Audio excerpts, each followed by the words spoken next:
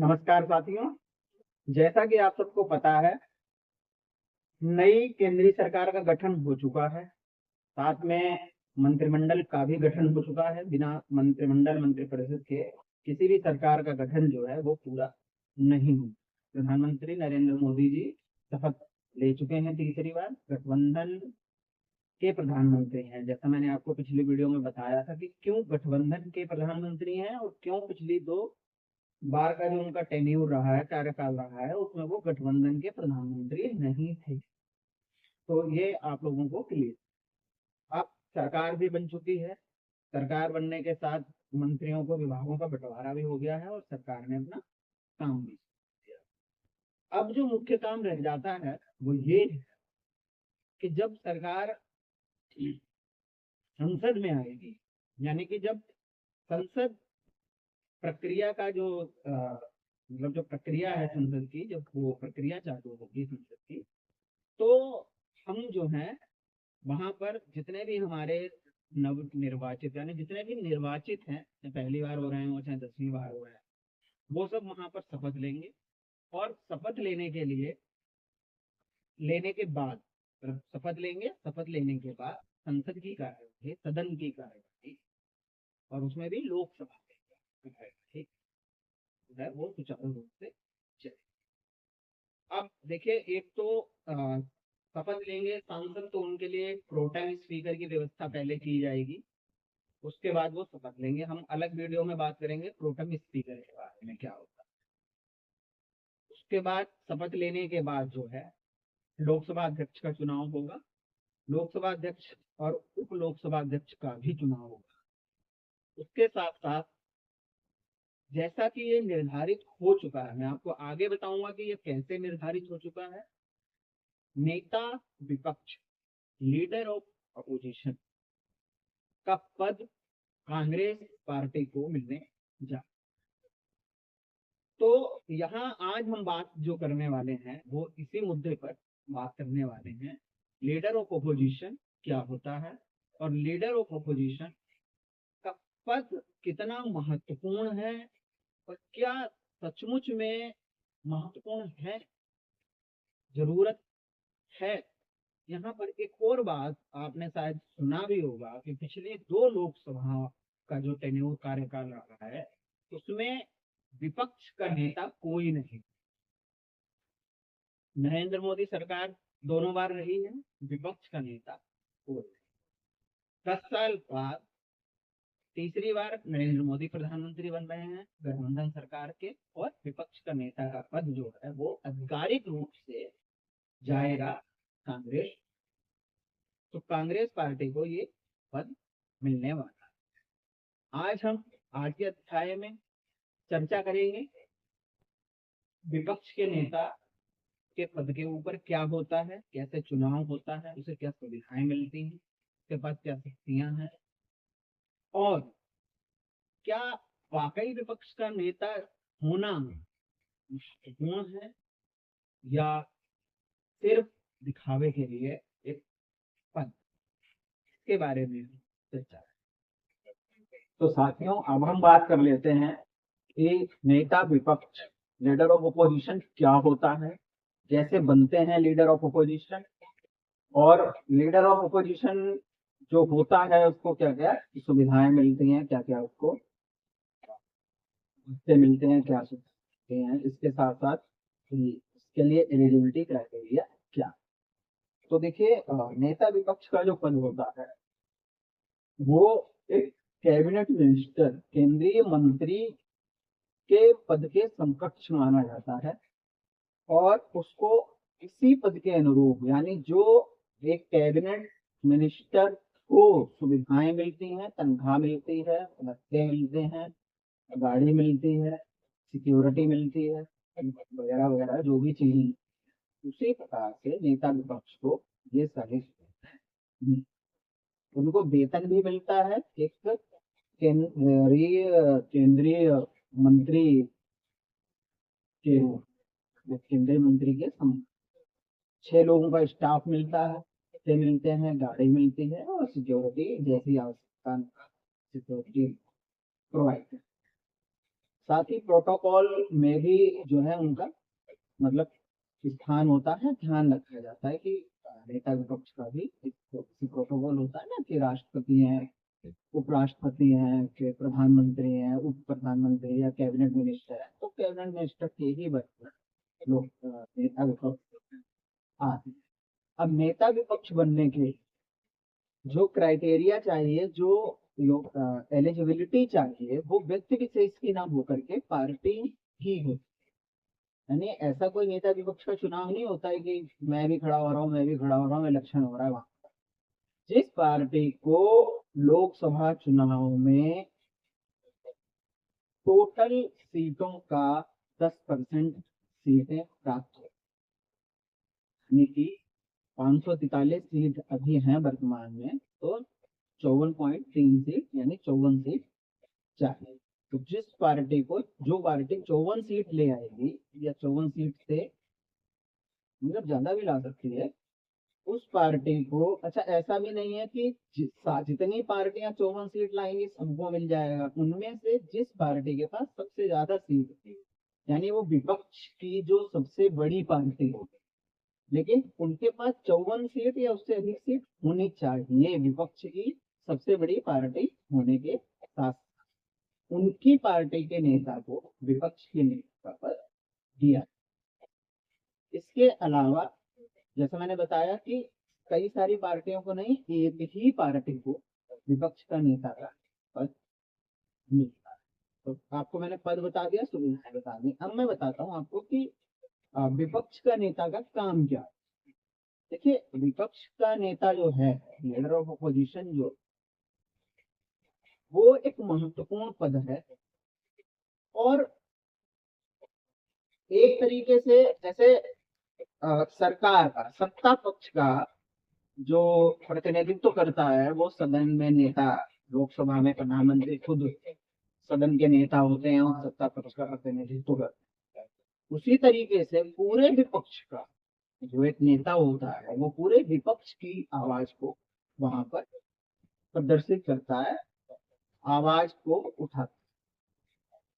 तो सरकार की नीतियों की आलोचना करना सबसे बड़ा काम उनका यही होता है, कि सरकार की नीतियों की आलोचना करें, जहां पर गलत हो सरकार, या जो लोगों को लगता है कि वो बात अलग है कि आजकल जो माहौल चल रहा है उसमें विपक्ष का मतलब ही है विरोध करना, सरकार के किसी भी काम का विरोध करना।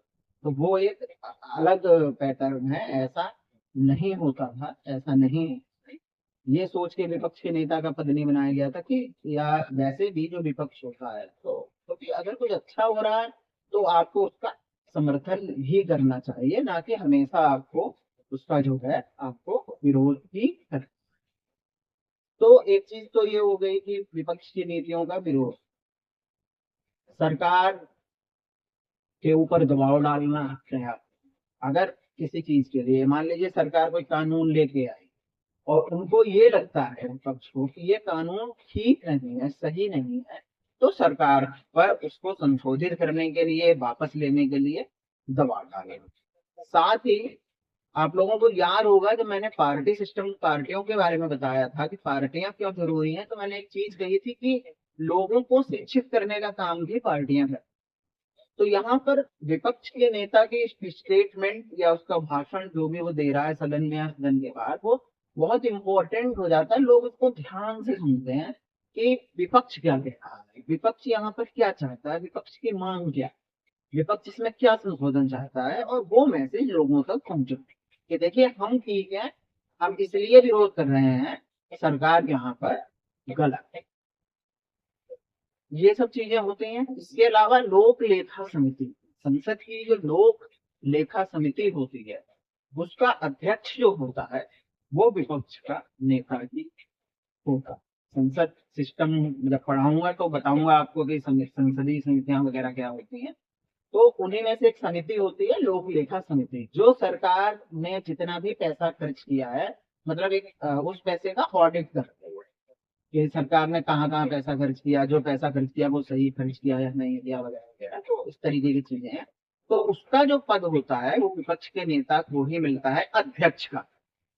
इसके अलावा ईडी हो गई, सीबीआई हो गई, और NHRC हो गया, और कई सारी चीजें हैं जहां पर नियुक्ति के लिए जो कमेटी बनाई जाती है उसमें विपक्ष के नेता को भी एक सदस्य के रूप में वहां पर उनको रखा जाता है।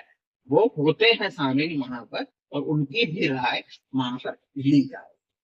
वो एक टेक्निकल बात अलग है कि वहां पर उनकी राय चलती है नहीं चलती है क्या होता है, लेकिन इम्पोर्टेंट तो हो ही जाती है कि भाई मैं इस आदमी के खिलाफ हूँ, मैं नहीं चाहता हूँ, तो राय महत्वपूर्ण है और वो बाकायदा एक सदस्य। ये सब मुख्य मुख्य काम है जो विपक्ष के नेता के काम होते हैं। तो साथियों बात कर लेते हैं कि लोकसभा में विपक्ष नेता विपक्ष के इतिहास की तरफ ऑपोजिशन।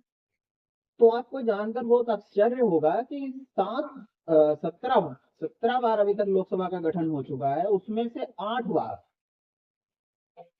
लोकसभा में नेता विपक्ष किसी भी पार्टी का नहीं रहा है। यानी कि कोई भी पार्टी उस क्राइटेरिया को, उस एलिजिबिलिटी को पूरा नहीं करती थी जिस एलिजिबिलिटी पर नेता विपक्ष का पद उनकी पार्टी को मिलना चाहिए। पहली, दूसरी, तीसरी लोकसभा में भी नहीं रहा है। चौथी में राम सुहाग नेता विपक्ष बने, वो रहे हैं।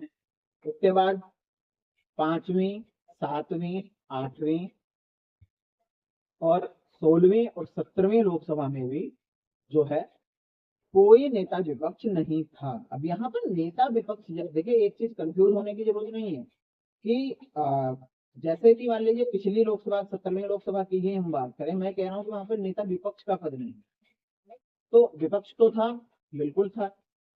हर पार्टी का अपना लीडर भी होता है, जो सत्ता में नहीं है वो विपक्ष में ही है, और उनका लीडर भी होता है तो वो विपक्ष का नेता हुआ। लेकिन जो एक क्राइटेरिया और एक आधिकारिक रूप से किसी पार्टी को जो पद दिया जाता है वो नहीं रहा। अब यहाँ पे न रहने के पीछे का जो कारण था वो भी यही था कि जिन लोकसभा में बहुत ज्यादा मेचोरिटी थी, फुल ऑफ मेचोरिटी रही है पार्टियों की, वहां पर दूसरी सामने वाली पार्टी इतनी सीटें ही नहीं ला पाई है कि उनको नेता विपक्ष का पद मिले। जहां पर कमजोर हुआ है थोड़ा सा सत्ता पक्ष, और विपक्ष के लोग वहां, विपक्ष जो है वहां तक पहुंचा है, तो वहां पर नेता विपक्ष का पद जो है वो मिला। 18वीं लोकसभा में जो अभी जिसका गठन हुआ है इसमें नेता विपक्ष का पद होगा, क्योंकि इस बार जो है सत्ता पक्ष कमजोर हुआ है, और नेता विपक्ष का पद लेने का क्राइटेरिया जो है वो कांग्रेस पार्टी पूरा रखती है। क्योंकि उनको जो है इस बार लोकसभा चुनाव में कांग्रेस पार्टी को, यहाँ पे मैं इंडी गठबंधन की बात नहीं कर रहा हूँ, सिर्फ कांग्रेस पार्टी को 93 सीट्स मेरे हिसाब से उनको मिल गई इस बार। तो 54 चाहिए, 93 मिली है, लगभग दोगुने के आसपास वो पहुंच गए हैं, तो उनको नेता विपक्ष का पद मिलेगा। तो यही एक सत्ता पक्ष कमजोर हुआ है। पिछली 2 लोकसभा में नेता विपक्ष का पद इसलिए नहीं था क्योंकि इतनी मेजोरिटी में सीटें सत्ता पक्ष ले जा रहा था, इतनी मेजोरिटी में भाजपा के पास सीटें आ रही थी कि नेता विपक्ष के पद के लिए कोई एलिजिबल ही नहीं हो पा रहा था, कोई योग्य नहीं हो पा रहा था, जो योग्यता होती है उसको पूरा नहीं कर पा रहा, तो इसलिए नहीं मिला। तो यही कारण रहा है नेता विपक्ष का पद मिलने न मिलने के पीछे। अभी राहुल गांधी जी को कहा गया है कांग्रेस पार्टी की तरफ से कि आप नेता विपक्ष का पद संभालें।